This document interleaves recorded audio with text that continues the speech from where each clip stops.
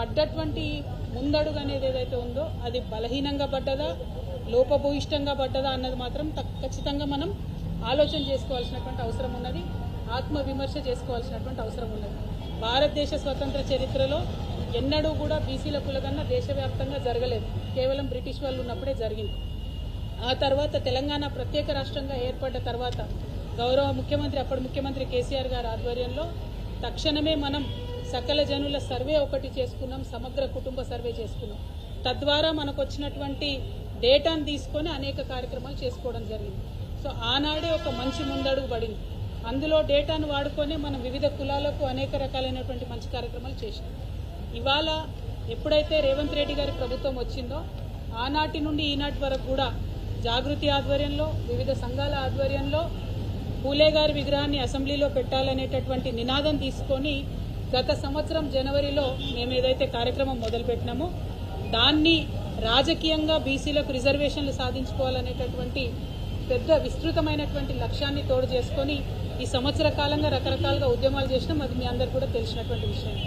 మరి ఆ ఉద్యమాలకు తల ఒగ్గి కాంగ్రెస్ పార్టీ ప్రభుత్వం డెడికేటెడ్ బీసీ కమిషన్ వేయాల్సినటువంటి పరిస్థితి ఏర్పడ్డది. డెడికేటెడ్ బీసీ కమిషన్ ద్వారా లెక్కలు చేయాలి, ఎన్యూమరేషన్ చేయాలి అని మేమందరం కోరినా కూడా మా మాట పట్టించుకోకుండా ప్లానింగ్ కమిషన్ ద్వారానే ఇవాళ ప్లానింగ్ డిపార్ట్మెంట్ ద్వారా ప్రభుత్వం సర్వే చేయించడం జరిగింది. దానికి ప్రభుత్వం చెప్పినటువంటి సాకు ఏంటిది? ప్లానింగ్ డిపార్ట్మెంట్ దగ్గర మాత్రమే మనుషులు ఉన్నారు, మెన్ అండ్ మెషినరీ ఉన్నారు కాబట్టి ప్లానింగ్ డిపార్ట్మెంట్ నుంచి సర్వే చేసినామని చెప్పింది. ఓకే, వెల్కమ్ చేసినాం. కానీ ఆ సర్వే ఇవాళ ప్రతి ఒక్కరి మనసులలో ఉన్నటువంటి విషయం సరిగ్గా జరగలేదనేటటువంటి ఆలోచన ప్రతి ఒక్కరికి ఉన్నది. మీరు ఏ గ్రామంలో చూసినా ఏ పట్టణంలో చూసినా మా ఇంటికి రాలేదు అనేటటువంటి ఒక మాట అన్ని చోట్ల వినబడుతున్నటువంటి మాట.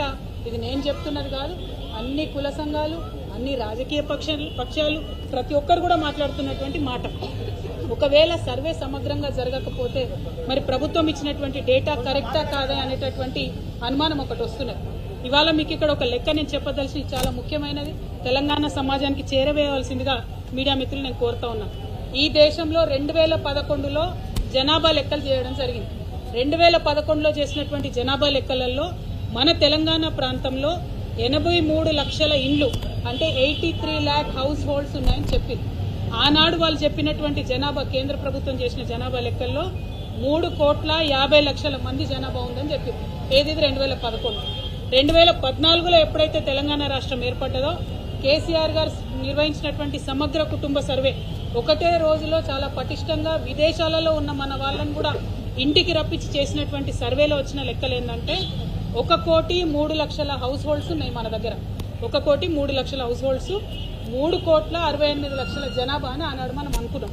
అంటే కేవలం 4 ఏళ్లలో 2011లో పెట్టినటువంటి చేసిన లెక్కల నుంచి 2014లో చేసినటువంటి లెక్కలకే 20 లక్షల ఇండ్లు పెరిగినాయి ఆనాటికి.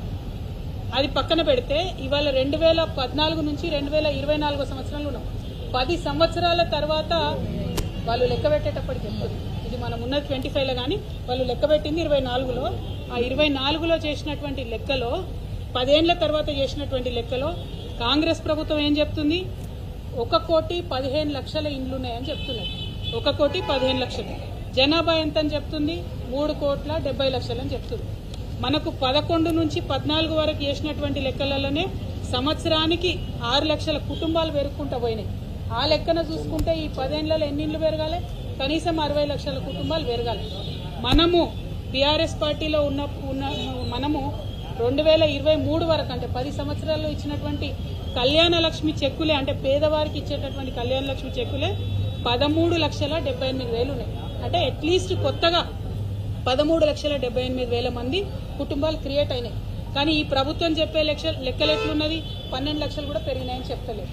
అంటే ఇది ఏ లెక్కన చూసినా కూడా, జనాభా లెక్కల ప్రాతిపదిక చూసినా, సమగ్ర కుటుంబ సర్వే ద్వారా చూసినా, కళ్యాణ లక్ష్మి చెక్కుల ద్వారా చూసినా, ఇంకొక డేటా ఉంటుంది, నేషనల్ హెల్త్ మిషన్ అనే డేటా ఉంటుంది. వాళ్ళు 2 ఏళ్లకు ఒకసారి జనరల్గా దేశమంతా లెక్కలు తీస్తుంటారు, శాంపుల్ చేస్తారు, మొత్తం జనాభా లెక్కలు చేయరు, శాంపుల్ చేస్తారు. అది అథెంటిక్గా కేంద్ర ప్రభుత్వం డేటా. అందులో కూడా వాళ్ళు ఏం చెప్తారంటే 50 నుండి 52% బీసీలు ఉన్నారు తెలంగాణలో అని వాళ్ళు చెప్తుంటారు ప్రతి 2 ఏళ్ల కోసం. కానీ ఇవాళ ఈ ప్రభుత్వం ఏం చెప్తుంది?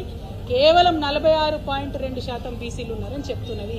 మరి కరెక్టా అన్నటువంటి విషయం ఒక్కసారి రేవంత్ రెడ్డి గారు గుండె మీద చేసుకొని ఆలోచన చేయాలి. మీకు నిజంగానే బీసీల పట్ల చిత్తశుద్ధి ఉంటే మీరు చేసినటువంటి ఆ జనాభా లెక్కల డేటా ఏదైతే ఉన్నదో దాన్ని మీరు రివ్యూకి పెట్టండి. అంటే నేను జనాభా లెక్కలలో నా పేరు ఇచ్చిన బీసీ జనగణన జరిగినప్పుడు ఒకవేళ నేను వెబ్సైట్లకు పోయి నా పేరు టైప్ చేసి నా ఆధార్ కార్డు టైప్ చేస్తే నేను ఇచ్చిన వివరాలు అందులో రావాలి. మీరు 3,50,00,000 మందిని చేరినామని చెప్తున్నారు. ఆ 3,50,00,000 పత్రాలు ప్రజల స్క్రూటినీకి అందుబాటులో పెట్టాలని చెప్పి నేను ప్రభుత్వాన్ని డిమాండ్ చేస్తా ఉన్నా. ఎందుకంటే ఇంత పెద్ద విషయం చిన్న విషయం కాదు. ఏమంటుంది నిన్న ప్రభుత్వం ఎంత బాధ అనిపించిందంటే ఆగమాగం నిన్న రిపోర్ట్ ఇచ్చుకున్నారు. రేపు 4వ తారీఖు నాడు పొద్దున కేబినెట్ పెడతారట. ఎంతసేపు కేబినెట్లో చర్చ ఇంత పెద్ద విషయం మీద కేవలం గంట సేపు చర్చ. తర్వాత వెంటనే అసెంబ్లీలో ఏం చేస్తున్నారు? షార్ట్ డిస్కషన్, అంటే చిన్న చర్చ, లఘు చర్చ. బీసీల విషయం అంటే అంత మీకు చిన్నగా కనబడుతున్నదా? బీసీల జనాభా అంటే మీకు అంత చిన్నగా కనబడుతున్నదా? బీసీలకు రాజకీయ సాధికారిత అనే అంశం మీకు చిన్నగా కనబడుతున్నదా? చిన్న చర్చ పెట్టి ఏం లాభం చేస్తారు మీరు?